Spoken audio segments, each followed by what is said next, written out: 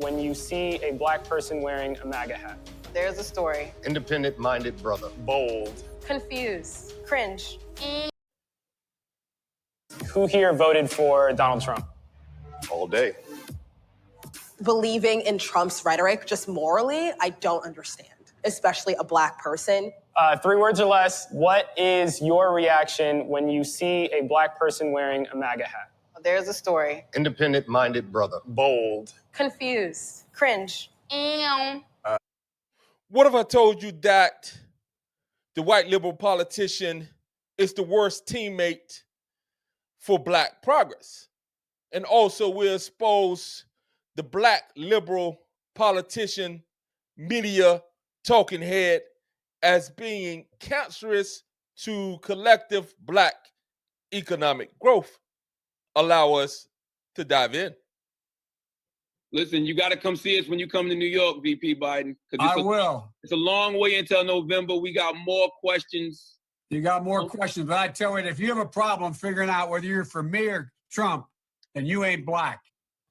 Allow me to preface this by saying many white liberals who are not politicians indeed mean well and are empathetic and have a pure heart when it comes to trying to see things equalized or things made, opportunity made equal for individuals across the board. However, well-meaning doesn't mean that it translates into actual good things occurring from well-meaning, well-intended individuals. Allow us to bring Malcolm X to the stage. And back in the 1960s, he speaks on the white liberal politician. So allow us to dive in to Malcolm X. Who act friendly toward Negroes. A fox acts friendly toward the lamb. And usually the fox is the one who ends up with the lamb chop on his plate. The wolf doesn't act friendly, and therefore the wolf has more difficulty in getting the lamb chop in his plate. I'd like to point out, though, that... And I say that because it is usually if you study the structure of the Negro community, economically, politically, civically, psychologically, and otherwise, it's controlled by the white liberal, who usually... Before I bring Grunk on the stage and compare the socio-economic comparison between the major ethnic racial groups in America, I like to say this. Malcolm X says that the white liberal was, at that point in time, the most egregious person working against black progress in that day and time. Today, I say that the black liberal politicians, the talking heads, the media personalities are indeed the most egregious race hustlers on the planet, and they are the ones who work tirelessly against black progress, meaning they're always wanting the handout. They are always playing the victim. No one can get ahead being a permanent victim. Now allow us to jump into Grunt, and let's do some comparison and see what 60 years of voting Democrat has gotten black people collectively. Allow us to dive into Grunt.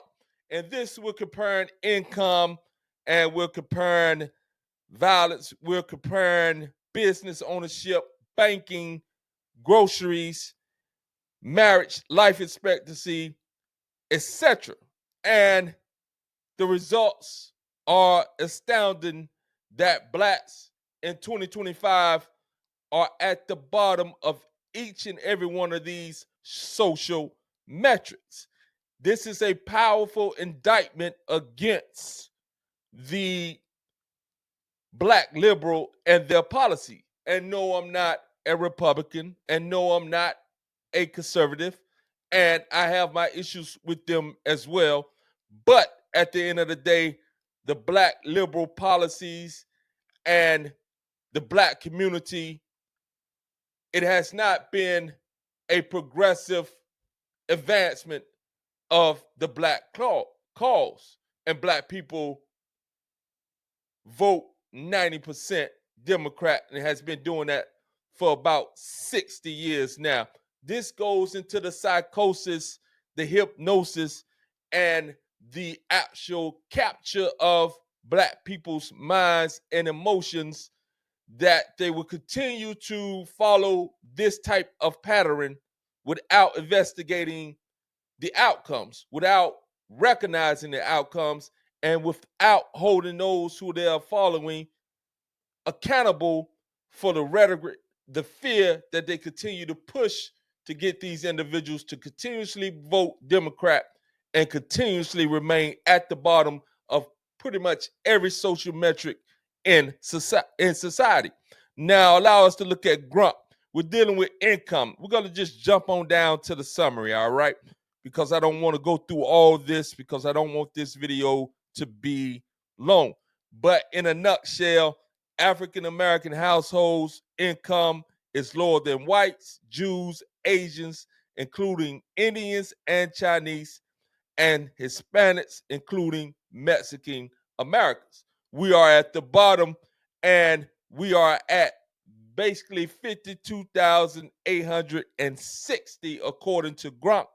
In 2023, white people had 92,300 of annual household income, Jews 100 to 150,000 annual, Asians had the highest 108,700, but it varies amongst the Indian Americans, who's even higher at 126,705, Chinese Americans 100,572. Even white people are lagging behind these other groups. So if systematic racism is such a big thing, how are these individuals who are not white doing better than the native whites of America? All right, let's come back down. Let's go right here. Hispanics are at 62,800. They're higher than blacks. And again, we go to the Indians, Asian Indian, and that's 126,750 annually. So again, you see that blacks are lagging behind. Let's go with life expectancy. Blacks, again, we're at the bottom, 70.8 years. Let's go to the summary. African Americans have the lowest life expectancy amongst these groups, behind whites, Jews, Asians, including Indians and Chinese, Hispanics, including Mexican Americans. We are at the bottom of every major social economic category, and yet we're still playing the same game, blaming the white man for all our ills. Maybe we need to start looking at the white liberal, the black liberal, and their policies, and see if that is the reason we have remained at the bottom in a destitute state of existence, well below every other group. You can see these numbers: 70.8 years for blacks, whites 76.4, Jews 78 to 80, Asian 83 to 55, Hispanic 77.7, 83.5 for Indians, 83 through 85 years for Chinese, Mexican Americans 77 to 78 years. We're at the bottom again. But what you will notice that white people are lagging behind too. So again, if it's white supremacy, why are blacks and whites almost at the bottom of these categories, especially this category called life expectancy? Could it be culture, the broader culture? We know for indeed the black culture, so-called black culture, is deadly to black progress, deadly to black growth, deadly to black prosperity. All right. So now let's go down to marriage. The African American marriage, 46% black adults 25 plus with a college degree were married, compared to higher rates for other groups.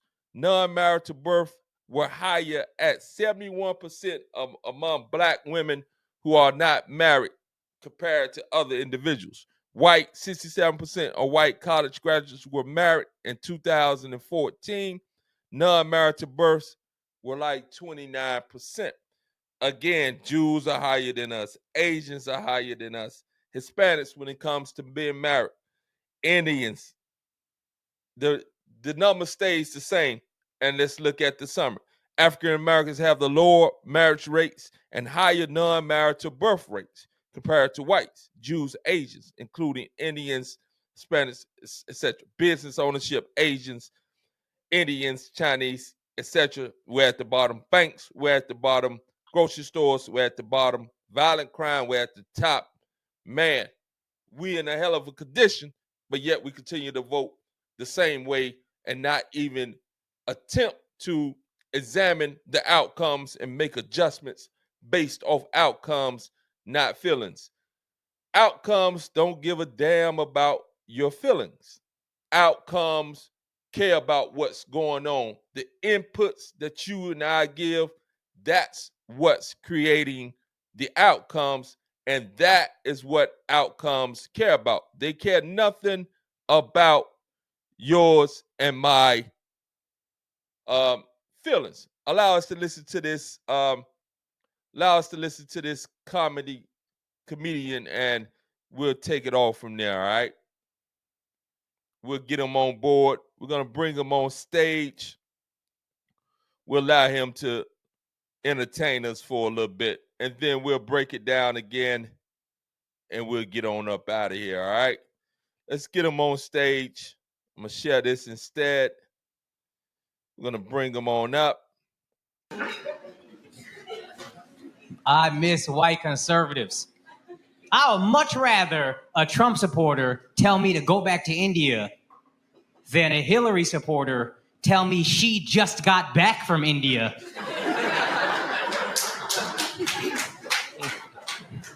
On a spiritual journey. Why don't you find yourself out of this conversation? How about that? Bring back the racist guy. At least I don't got to pretend to like this motherfucker.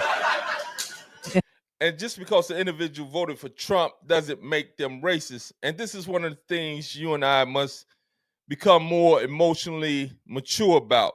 This idea that because the individual voted for Trump, because the individual may disagree with you, that somehow that individual is racist is child's play. It is a childish type of mentality to possess.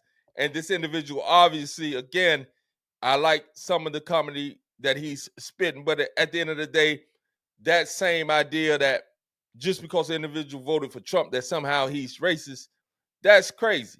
Or she's racist, that's crazy. Again, all we have to do is look at the outcomes. The outcomes prove who and what is working for you and who and what is working against you. The outcomes of these individuals when it comes to those liberal politicians, black and white, the outcomes for the black community, I just read where Grump showed you. We're at the bottom of virtually every major social economic category, and we've been voting. 90% of us voted for the Democratic Party for the past 60 years. There's a severe psychosis. There's a severe mental illness that is within the black community when it comes to our loyalty to a party that has delivered nothing when it comes to sustainable and substantial growth and development. So we must ask ourselves, why are you continuing to work against yourself? We're going to jump back in one more time with these individuals that were talking about why or they voted for Trump. We're going with the black and the liberal ones. Let's dive in, all right? I saw true hate coming from the left, and it was white people calling me Uncle Tom. Pretty much, white people telling me I'm not black enough. Aunts won't speak to me. Even now, I got aunts that don't talk to me because I want to be white. The people that call me the nastiest, all kinds of like, oh, house Uncle Tom, like all this stuff. I've been called a bed wench. That's how racist the left still is. For the black conservatives, how do you align with white conservatives when they speak mal of black people? You call them out. My whole thing that's like not for even me, calling them out, but just how do you stand with them when they are speaking mal how do against you your stand with people? Hillary Clinton when she calls, kids super predators? You know what I'm saying? But there are going to be some racists all over the place. So now it's like, okay, yo, watch him out. Believing in Trump's rhetoric, just morally, I don't understand. This is the biggest thing that I can't get with many of these black liberals. All about morally talking about Trump's rhetoric morally, as if the Democratic Party has high standards of morals, pushing the LGBTQ lifestyle onto children in grade school, exposing them to sexual material. Where's the morality at on that? This is why I say these black people, those who are liberal, for the most part, have been or have a neurosis of the mind when it comes to white conservatives, and when especially it comes to Donald Trump, when they don't even look at the big picture as to the vile, vulgar, and disgraceful behavior that the left pushes and promotes, which only makes our community that much worse. And this is why I say that blacks, particularly the black liberals, are trapped in a psychosis. They are trapped in the psychosis of the Democratic rhetoric, and they have been told and have been fed this mental and emotional state of being that is not rational when it comes to Trump. This is why you and I, we must indeed stop allowing ourselves to be tricked into the emotional responses. Look at the outcomes, readjust the inputs, and make things happen. If you enjoyed the video, please like, subscribe, hit the bell, comment, and allow us to dialogue on this. We'll be bringing more videos. Again, I have another fitness channel that I would like for you to look at. We have great videos on that channel. Also, make sure that you like and subscribe over there. It's fitness videos. We're dealing with wellness. We're dealing with supplements. We're dealing with disease. We're dealing with type 2 diabetes. We're dealing with insulin resistance. We're dealing with autoimmune disease. The host of things. We're giving you tools and techniques in order to make your life better when it comes to dealing with or preventing these things. Prevention is always better than cure. Have a beautiful day. Sending you peace and always love. Peace.